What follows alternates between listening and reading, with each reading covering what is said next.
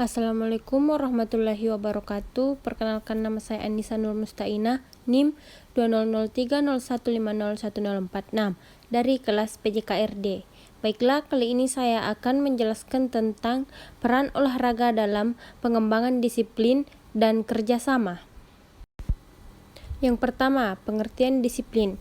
Disiplin secara etimologi berasal dari bahasa Latin, yaitu disciple, yang berarti pengikut.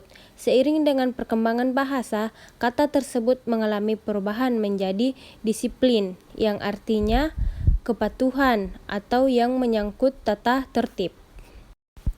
Secara sederhana, disiplin berarti kontrol penguasaan diri terhadap impuls yang tidak diinginkan atau proses mengarahkan impuls kepada suatu cita-cita atau tujuan tertentu untuk mencapai dampak yang lebih besar. Manifestasi sikap disiplin dapat dilihat dari kesediaan untuk merespon dan bertindak terhadap nilai-nilai yang berlaku dalam bentuk ketentuan, tata tertib, aturan, tatanan hidup, atau kaidah tertentu. Yang kedua yaitu jenis-jenis disiplin. Yang pertama, disiplin semu. Disiplin semu tidak akan bertahan lama dan hanya akan muncul jika diawasi, takut pada ancaman, hukuman atau sanksi guru atau pelatih. Disiplin yang dilakukan atlet dalam salah satu aktivitas latihan hanya karena terpaksa, takut dihukum, karena diperintah, dan tanpa disertai kesadaran akan dapat menimbulkan disiplin semu. Selanjutnya, disiplin diri. Disiplin diri adalah disiplin yang ditanamkan atas dasar pemahaman dan kesadaran lebih mendalam untuk menghargai dan mematuhi segala nilai, norma, dan kaidah yang berlaku, tanpa peduli terhadap tindaknya pengawasan, sanksi, hukuman, atau penghargaan. Adapun hakikat disiplin. Pada hakikatnya, disiplin merupakan hal yang dapat dilatih. Pelatihan disiplin diharapkan dapat menumbuhkan kendali diri, karakter atau keteraturan, dan efisiensi. Jadi, secara singkat dapat disimpulkan bahwa disiplin berhubungan dengan pengendalian diri supaya dapat membedakan mana hal yang benar dan mana hal yang salah, sehingga dalam jangka panjang diharapkan bisa menumbuhkan perilaku yang bertanggung jawab. Mekanisme menumbuhkan disiplin dalam olahraga.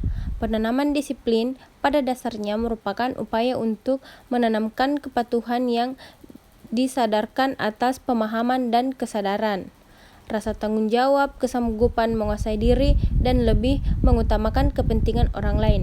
Untuk dapat menanamkan disiplin kepada atletnya, seorang pelatih harus mempunyai falsafah dan konsepsi yang mantap mengenai disiplin yang akan ditanamkan kepada atlet. Menanamkan disiplin tidak harus dengan tindakan otoriter ataupun kekerasan. Selanjutnya, pengertian kerjasama. Secara etimologi, kerjasama berasal dari bahasa Inggris yaitu cooperation, yang memiliki arti yang sama, yakni kerjasama. Kerjasama merupakan kegiatan bersama antara dua orang atau lebih untuk mencapai tujuan yang sama.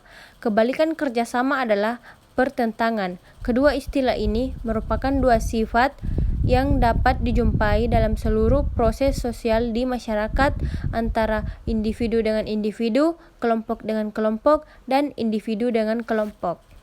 Adapun syarat-syarat kerjasama. Yang pertama, kerjasama harus didasari oleh kepentingan yang sama. Yang kedua, kerjasama harus didasari oleh prinsip keadilan.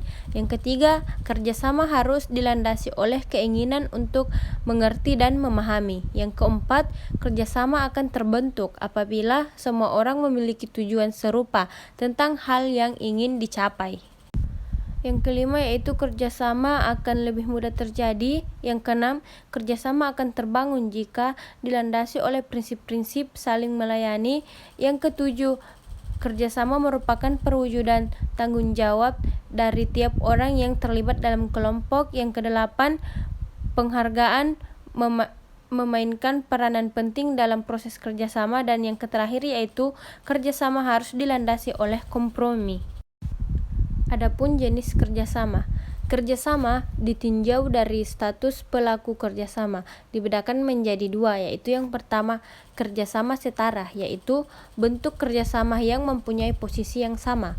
Yang kedua yaitu kerjasama tak setara, yaitu pola kerja sama yang terjadi antara orang yang berbeda, namun kedua pihak saling membutuhkan untuk kepentingan masing-masing.